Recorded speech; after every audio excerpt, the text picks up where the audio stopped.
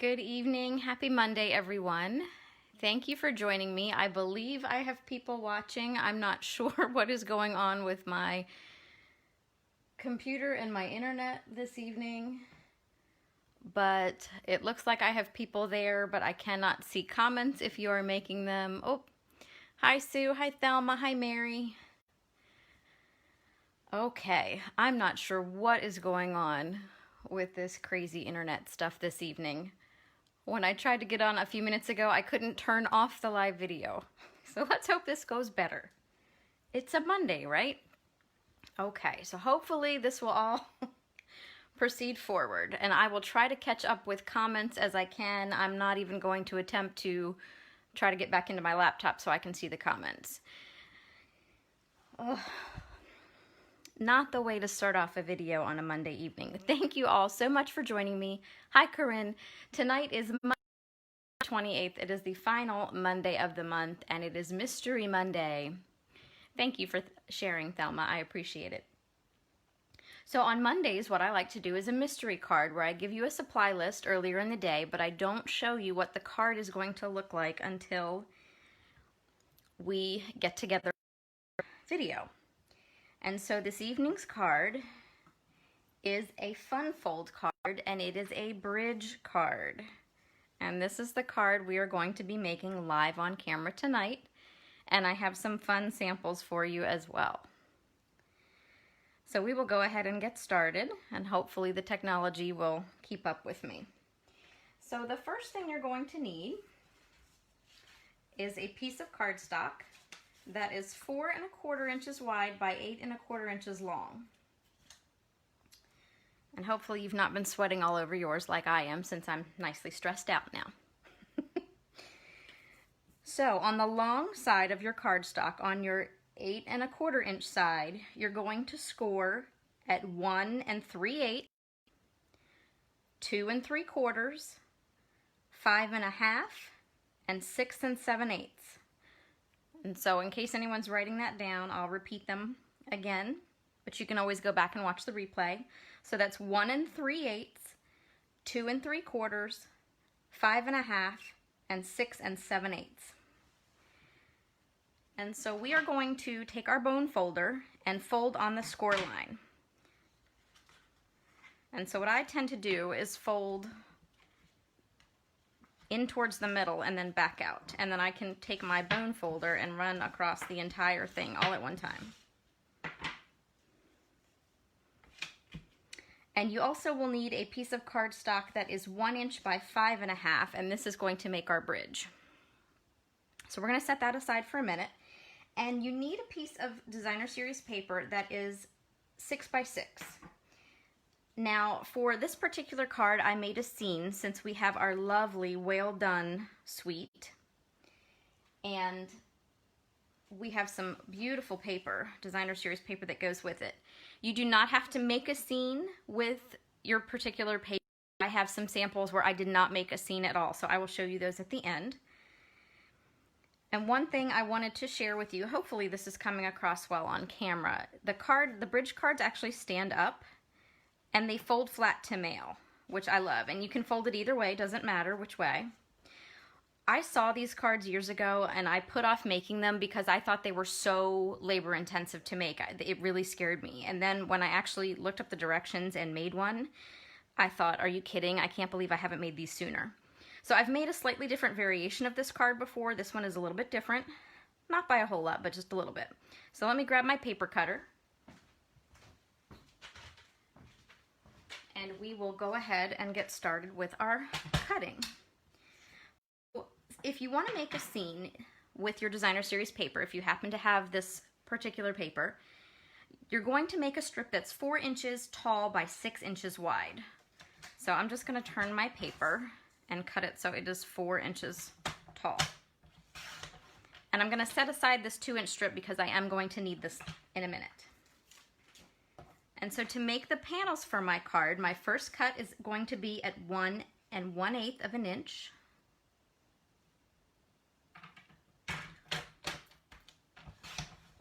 Then I'm going to cut a panel that's 2 1/2 inches wide.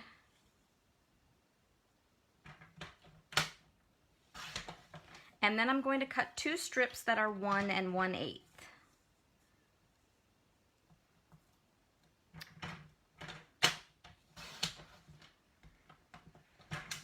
And this one, let's see, I guess I will trim it.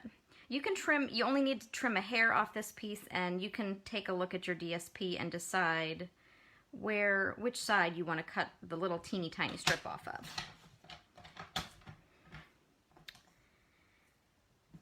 And so that gives me all but 1 panel on the card.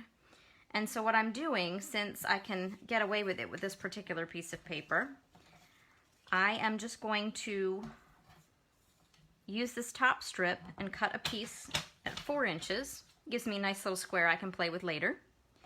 And then cut 1 1/8 of an inch here.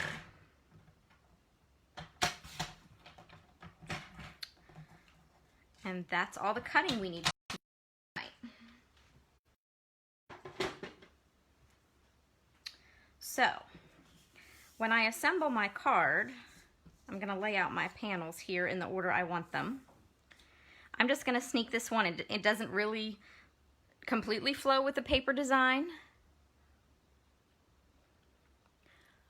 but it doesn't look bad either, and these pieces are going to be angled in so you won't notice it so much. Christy, I apologize. It sounds like you're having trouble with the video going in and out. I'm not sure if it's technology on my end or not, so I apologize. Not sure what's going on this evening.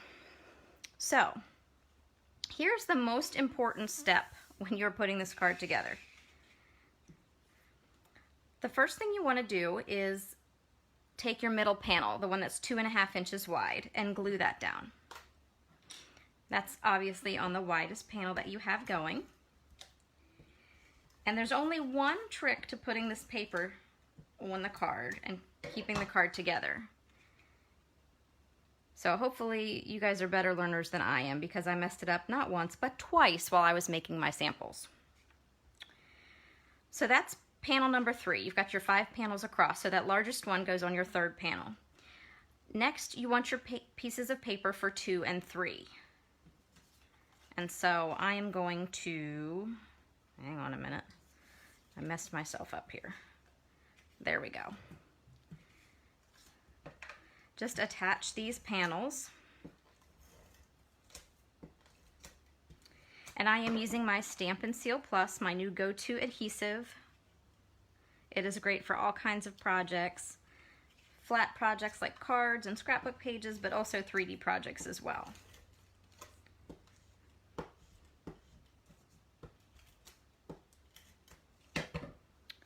So here are my panels on 2 and 3. Now, here is where this differs a little bit from bridge cards that I have done before, and hence why I was making mistakes. The next thing I'm going to do is glue down my bridge. And so you're going to attach it to either end here. And then I'm going to put my paper on the top so that it kind of continues the pattern. Really, you can put your paper strips down first and then glue over top. You're just going to cover up some of your pretty paper.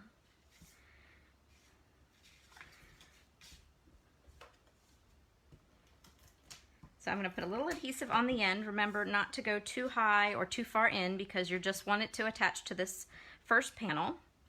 And I'm going to snug that right up to the corner and glue it down. And then I'm going to fold my other end in. I could also shift and fold the front end in. It's up to you. Do whatever makes you comfortable. But you want to make sure you glue your cardstock down to your 5th panel right there at the bottom. And since I'm using my Stampin' Seal Plus, I know it's not going anywhere. So I'm just going to press that down a little bit. And then I'm going to go back and put my 1st and 5th panel on. So hopefully this all makes sense. And as I said, I screwed it up twice while I was putting together my samples. If you can catch it in time, you can actually lift your DSP up before it sticks And if not, just glue that bridge right over the top. Nobody will ever know the difference except you, so just don't tell them. So one more.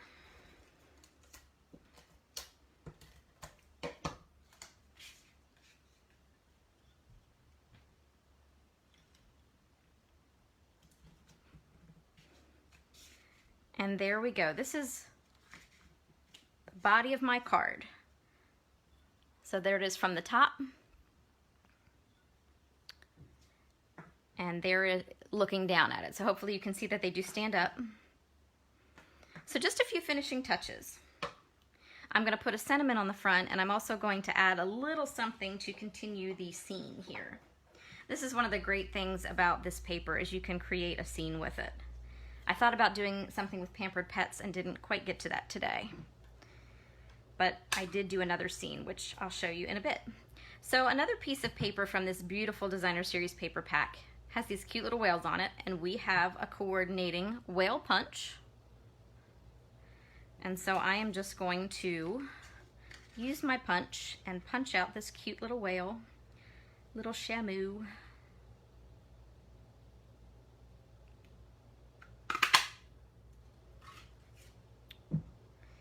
And you can also build him with cardstock if you don't have the Designer Series paper. And so what I'm going to do is just pop him with a couple dimensionals.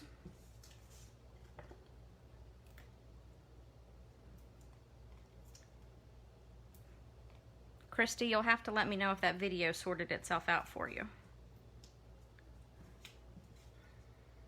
All right, so I'm just going to peel the dimensionals off the back.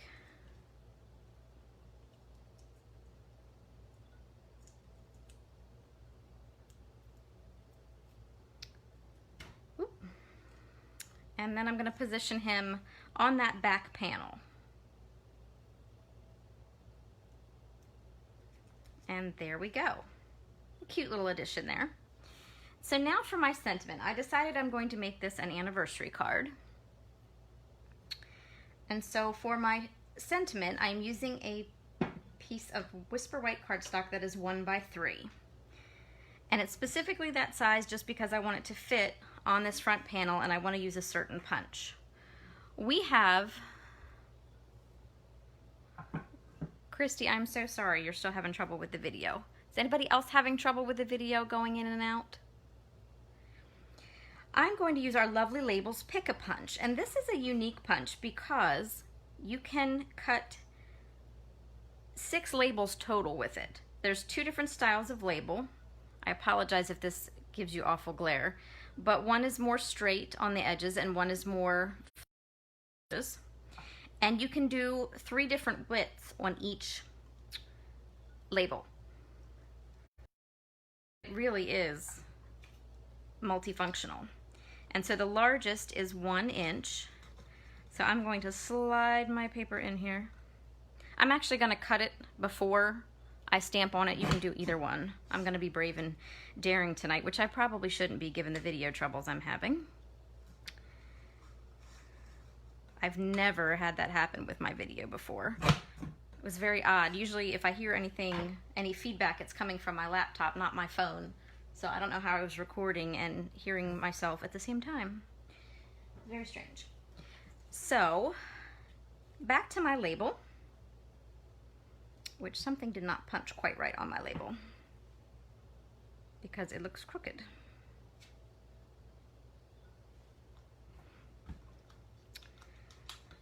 Oh, it's a Monday, folks. Let me see if I'm going to totally butcher it.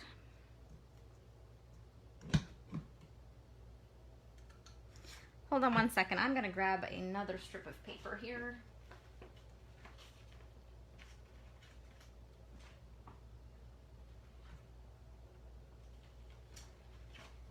And bring back my paper cutter. Apparently the great mystery today will be why none of my technology and paper cutting is working correctly. All right, so we'll try this again.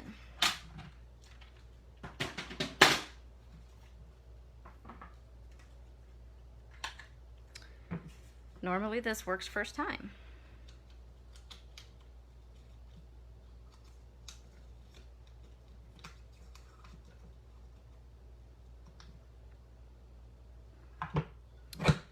So there's one end. Now we'll try the other end. One nice thing with our punches is that you can actually flip them over and make sure things are lined up. That's better.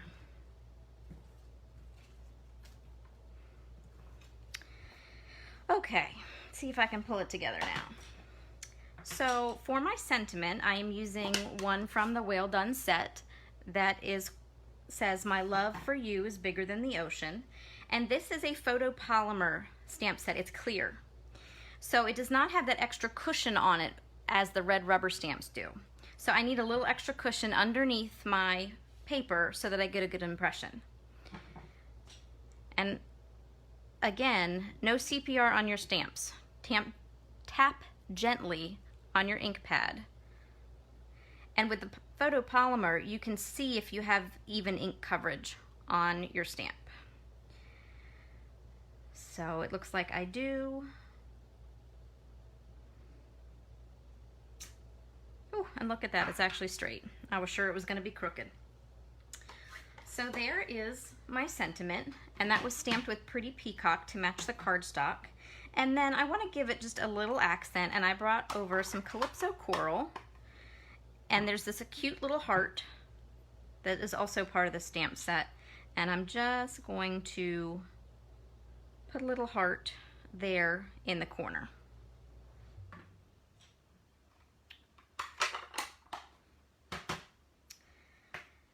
And then the last thing I'm going to do is take that sentiment strip and I'm going to pop it with dimensionals right on the front of the card. And I have to thank Dory Schneider for the inspiration for this card. And I believe she got it from Julie Davidson, and her mom inspired it as well. And they are some of my favorite people to stamp with. And there we go. So a nice simple bridge card. As I said, it folds flat to mail. Either way, doesn't matter which one. But when your recipient pulls it out of the envelope and takes a look at it, they'll be able to stand it up. And I love that because they can look at it all the time if they want. Now, if you would like, what you can do is turn it over to the back. You can cut a piece of cardstock that is 2.5 by 4, so 2.5 wide by 4 inches tall. It's the same size as your large panel inside. And you can stamp sentiments and also have room to write on the back. So you don't have to do that. It depends on what your card design is. But you can definitely do that, and I'll show you that in some of the samples that I have here. So I hope you thought that was a nice, simple, fun fold card. Hi, Melissa. Happy Monday. Okay, so here are a few samples that I put together. I was feeling Christmassy, so I went with the Merry Moose set, and I paired it with one of the trees from the Perfectly Plaid set. And I don't know if you can see, but I put 3 of them. I stamped them and punched them out. I popped one on dimensionals, but I didn't like how they kind of looked like they were floating in the air. So I actually took a piece of cardstock and ripped it along the top so it sort of looked like snow, and just stuck it down there at the bottom to kind of give the trees a little carpet of snow to rest in. And then on the back of this one, it says, "Have a cozy Christmas." And this raccoon stamp is probably my favorite from the stamp set. Even though it's all about the moose, I just love this raccoon. I think it is so sweet. I'm a sucker for forest animals. Then I did another Christmas card, again featuring the Perfectly Plaid stamp set with the matching tree punch. And on the back, it says, "May this special season be wrapped in love and joy," and has a tree. And I stamped my envelopes with coordinating stamps as well. Since this does fold flat to mail, I definitely like to give my envelopes a little accent. One more Christmas stamp, and this one, or Christmas card, I thought was fun. This is Joy and Cheer using the tree angle set. We have our stitched triangles. And so I used 3 of those stitched triangles along with the stamps to make the Christmas trees there in the back. Popped one on dimensionals. But this adorable little banner, I don't know if you can see that. I'll try to bring it up a little closer to the camera. That is actually part of that set as well and fits perfectly right in that little depression there. So I thought, you know what, we need one of those. So you could have a lot of fun with that with birthday cards and things. And on the back, a simple Merry Christmas. And then I threw this together at the very last minute. I was scrambling right before I got on camera tonight, but I was really tickled with how this turned out. I wanted to make another card that wasn't Christmas related, and I was thinking masculine and with the moose. So I paired it with the Mountain Air stamp set. Look at this. I'm rather tickled with myself here.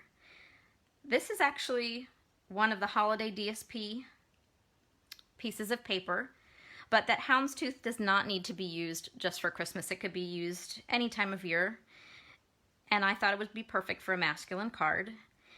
And I used the Mountain Air stamp set, and I stamped on the back panel. Rather than using the DSP, I cut a piece of Whisper White that was 2.5 by 4, and then I stamped on it. So I stamped the mountains at the top and the birds, and then I did several different layers of the tree line. And then rather than put a sentiment on the front, and I still might, I might do a narrow strip, not anything as wide as this. I'm thinking much more narrow, like our classic label punch. Thank you, Chelsea. But I used the stamps from the Mountain Air set and die cut them, and I just covered the bridge here in the front. And then to cover the edges, I added some of the trees that I die cut as well from the Mountain Air stamp set and the Majestic Mountains dies. Apparently I need a little more glue on that one. And then I had cut another moose, and I thought, I want to see how it looks with a moose walking by. And I liked it better on the bridge than beneath the bridge. But you can experiment and have a lot of fun with these cards. And this one I think is going to be a birthday card, so if I don't put a sentiment on the front, then I can have the space on the back to get that situated. So I was just rather tickled with that. I love when you can build a scene with a card. So thank you so much for joining me. If you need any supplies, be sure to check out my website. Stay tuned for some exciting announcements coming soon, especially if you like Designer Series paper. Also, I do not have any full details yet, but there will be a Christmas card Stamp-A-Stack that I will be running November the 14th. Normally I do them in person, but unfortunately with the state of affairs these days, it is going to have to be a virtual event. So stay tuned for details forthcoming on that. Thank you all so much for sticking with me this evening. I apologize for the technical difficulties and the rough start, but hopefully we moved on past that. If you have any questions, please feel free to message me or comment on the Faithful Stamper Facebook page, and I will be happy to answer them for you. If you give this card a try, please share. I always love when people share their projects on the page so that we can ooh and ah over them together and show each other lots of love for our creativity. So this is the last Mystery Monday for September. I think I'll continue them into October. They seem to be popular with you ladies. And this Friday at 8:30 p.m. I will be doing a torn paper technique card. And it's going to be a little on the simpler side because we are doing our World Card Making Day event on Saturday. So since that's a little extra work for me, I decided we'll keep it kind of sweet and simple on Friday evening. So I hope you will come back at 8:30 and join me for that. Thank you all so much for joining me. I hope you have a great week with far less bumps in the road than I had this evening. Take care and happy crafting.